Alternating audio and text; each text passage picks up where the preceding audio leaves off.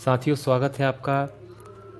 आज हम बात करेंगे भारत के 10 ऐसे रहस्यमय स्थान, बातें और व्यक्तियों की जो वाकई में विज्ञान के सामने एक ऐसा प्रश्न चिन्ह लगाते हैं जिसके बारे में विज्ञान कुछ नहीं कह सकता।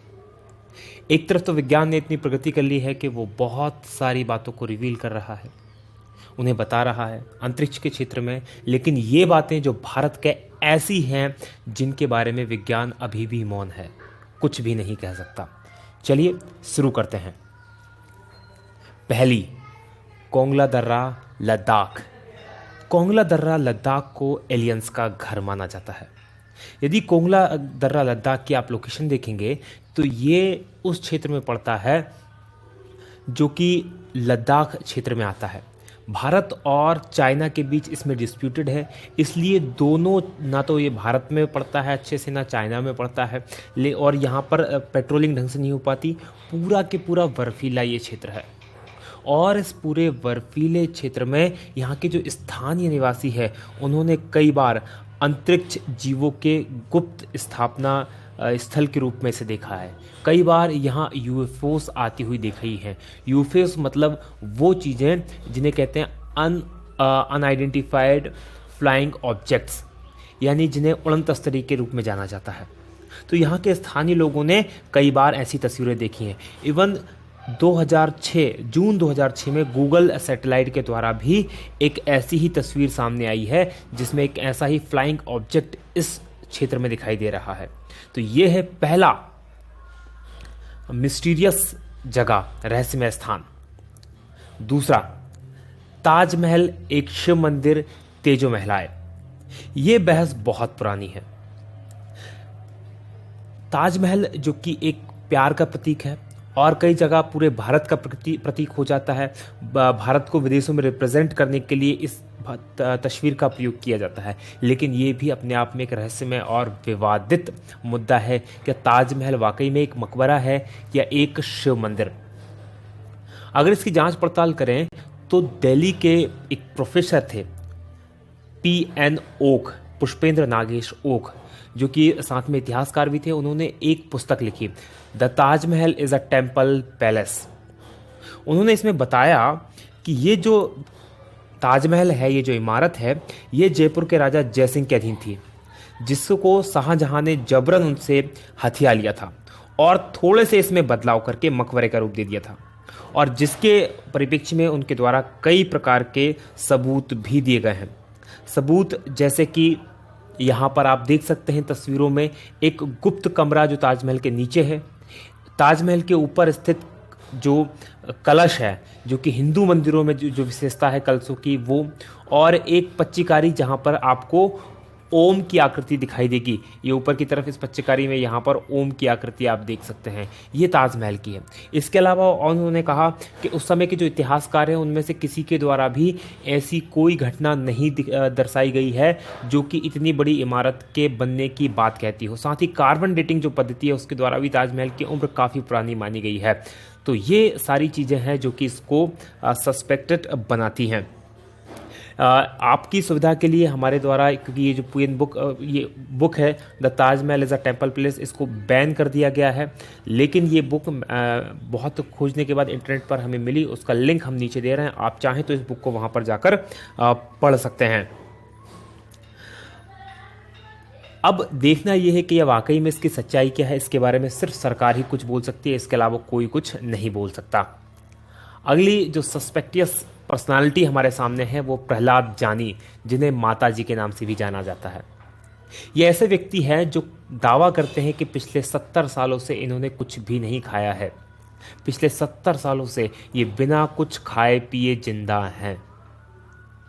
बड़ी दिलचस्प कहानी है इनकी। यदि हम बात करें तो ये जो हैं बेसिकली राजस्थान के रहने वाले थे, जिन्होंने अपना गांव छोड़कर गुजरात चले गए, और वहाँ पर इनके द्वारा जो बताया जाता है कि माता अम्बा की कृपा हुई, और माता अम्बा यानी कि देवी दुर्गा की कृपा से ये बिना कुछ खाए पिए 70 सालों से जिंदा हैं। इनके दावे की जांच करने के लिए 2 बार 2003 में और 2010 में इनकी मेडिकली पूरी तरह से जांच की गई, और ये जांच जो की गई, ये स्ट्रिंगल हॉस्पिटल है स्ट्रिंगलिंग हॉस्पिटल अहमदाबाद, इसमें डॉक्टर सुधीर शाह के नेतृत्व में ये जांच की गई और दोनों बार इनके दावों को बिल्कुल सच पाया गया। जबकि दूसरी बार तो जांच डीआरडीओ के निर्देशन में की गई थी, तो दोनों बार इनके दावों को पूरी तरह से सच पाया गया और 15 दिन तक ना ये टॉयलेट गए, ना इन्होंने कुछ खाया, ना कुछ पिया। 15 उसके बाद भी पूरी तरह से स्वस्थ ये हैं। तो ये एक बहुत बड़ी मिस्ट्री है जिसको कि विज्ञान समझ नहीं पा रहा कि आखिर ऐसा कैसे पॉसिबल है।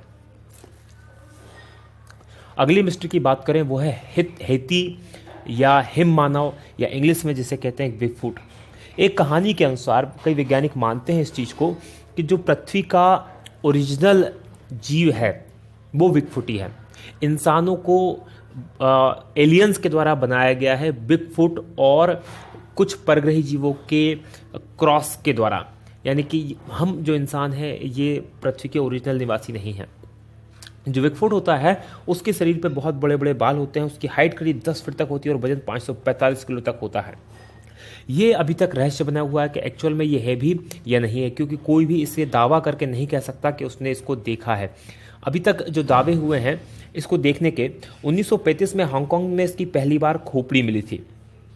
साथ ही इसका उल्लेख जो है ऋग्वेद और सामवेद में भी आता है। 1951 में जब माउंट एवरेस्ट की चढ़ाई करने के लिए वहाँ पर एरिक सिम्पटन गए थे तो उन्होंने बर्फ पर बड़े बड़े पैरों के पद चिन्ह भी देखे थे और उन पद चिन्हों की तस्वीरें बहुत फेमस हुई बाद में और काफ़ी उस पर चर्चा भी की से बनी। 1953 में जो एडमंड हिलेरी और तेंजिंग नोरगे ने भी इसी तरह के बड़े बड़े पद चिन्ह देखे थे और इसके बारे में तेंजिंग नोरगे ने लिखा है अपनी आत्मकथा में कि उन्होंने ऐसे चित्र कई बार देखे हैं, लेकिन उनके पिता ने 2 बार अपनी लाइफ में हिम मानव को देखा था। हालांकि तेंजिंग नोरगे ने ये दावा नहीं किया कि उन्होंने देखा था, उनके पिता का दावा करते हैं कि उनके पिता ने इसको देखा था। तो ये अभी भी वाकई में एक बहुत बड़ा रहस्य है कि वाकई में हिम मानव होता है या नहीं होता। अगली है राजस्थान की धरा में कुलधरा करके एक गांव है जो एकाएक वीरान और भूतहा हो गया है। ये जो गांव है राजस्थान के जैसलमेर जिले में स्थित है। ये जो गांव 1200 के आसपास बसाया गया था ब्राह्मणों के द्वारा और ये गांव 1825 में एक ही रात में ये गांव और इसके साथ और 83 गांव, कुल 84 गांव रातों रात भूतहा हो गए। इसके बारे में जो कहानी है वो कुछ इस तरह से है। ये जो गांव है यहाँ जैसलमेर रियासत के एक मंत्री जिसका नाम सालम सिंह था, उसकी नज़र यहाँ के गांव की मुखिया की बेटी पर पड़ गई। वो उसको प्राप्त करना चाहता था, उससे शादी करना चाहता था, जबकि वो 1 नंबर का अय्याश आदमी था और उसने गांव वालों को चेतावनी दी यदि उसको लड़की नहीं मिली तो गांव में इतना कर बढ़ा देगा कि उनका जीना मुश्किल हो जाएगा। बस इसी बात को लेकर एक पंचायत हुई और उस पंचायत में 84 गांव के जो लोग थे, जो ब्राह्मण समाज के थे, उन्होंने इकट्ठा हुए और उन्हें फैसला लिया कि हम राजा को वो बेटी नहीं, उस मंत्री को वो बेटी नहीं देंगे, उसकी इज्जत हम बचाएंगे। और रातों रात पूरा के पूरे 84 गाँव खाली कर चले गए और वो आज भी एज इट इज़ वहाँ पर सारी चीज़ें स्थित हैं। तो ये एक मिस्ट्री है कि रातों रात, और उसके बाद उनका ना तो ये पता चला कि वो कहाँ गए, ना ये पता चला कि वो कहाँ पर हैं। लेकिन जाते समय में उन्होंने इस गांव को कभी ना बसने का श्राप दिया और अभी तक ये गांव कभी भी नहीं बस पाया। 1-2 बार बीच में कुछ लोगों ने यहाँ रहने की हिम्मत की है, लेकिन उनकी भी यहाँ पर वो रह नहीं पाए, कभी भी इसको बस नहीं पाया। अगली है 6वां नंबर पे मैग्नेटिक हिल लेह।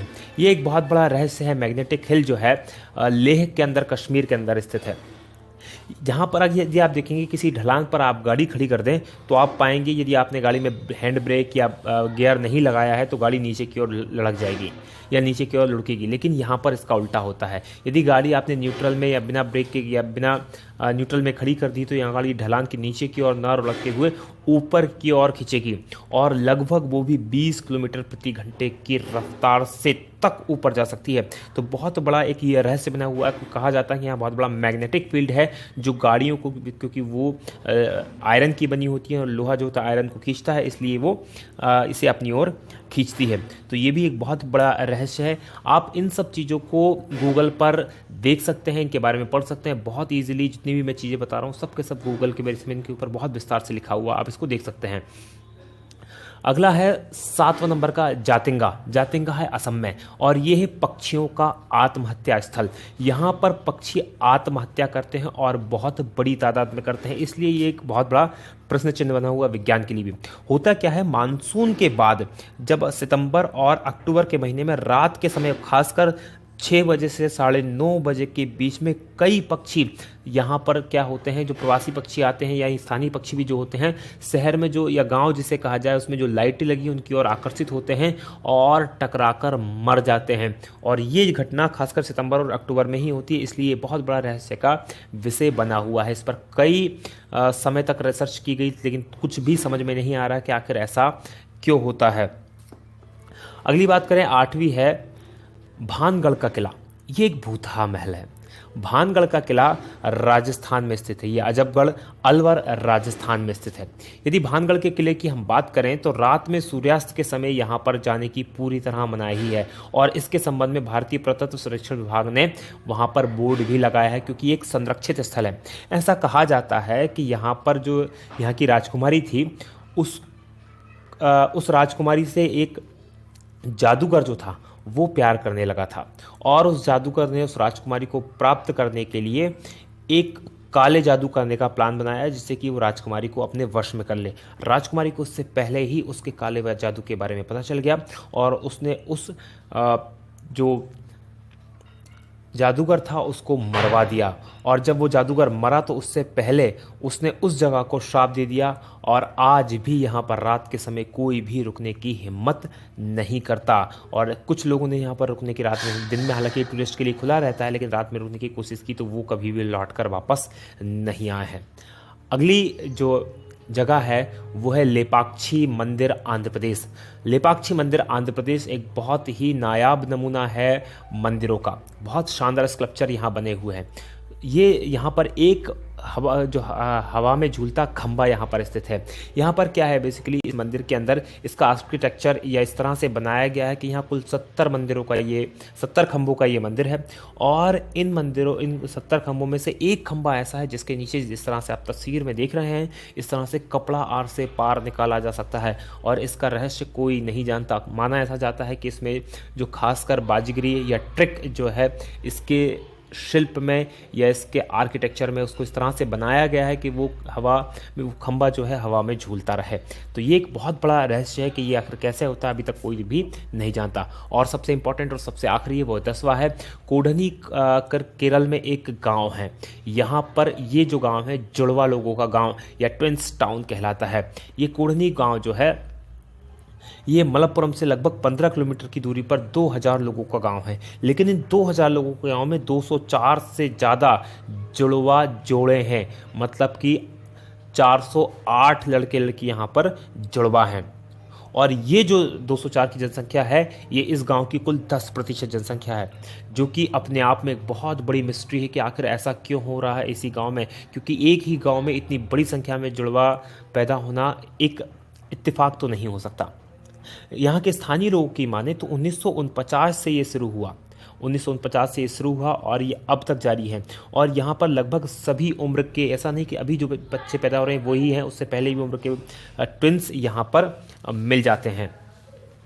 और इसके बारे में सबसे बड़ी बात यह है कि यहाँ पर कई बार वैज्ञानिकों की टीमें आई, उन्होंने रिसर्च की और अभी तक उसका कोई भी पता नहीं लगा पा रहे हैं कि आखिर ऐसा क्यों होता है। इवन यहाँ की कोई लड़की अगर बाहर भी शादी करती तो वहाँ भी उनको भी जुड़वा बच्चे पैदा होने की संख्या अधिक होती है, और बाहर की लड़की अगर इस गाँव में शादी करती है तो उसको भी जुड़वा बच्चे पैदा होने की ज़्यादा चांसेस होते हैं। तो ये एक बहुत बड़ी मिस्ट्री है जिसको सुलझा पाना विज्ञान के लिए अभी पॉसिबल नहीं हुआ है।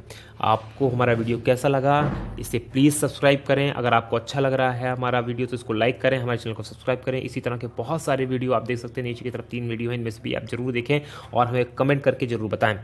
जब तक आप इन चीज़ों को सब्सक्राइब करते हैं, लाइक करते हैं, कमेंट करते हैं, तब तक हम बनाते हैं आपके लिए दूसरे वीडियो। आप देखते रहिए। जय हिंद, जय भारत।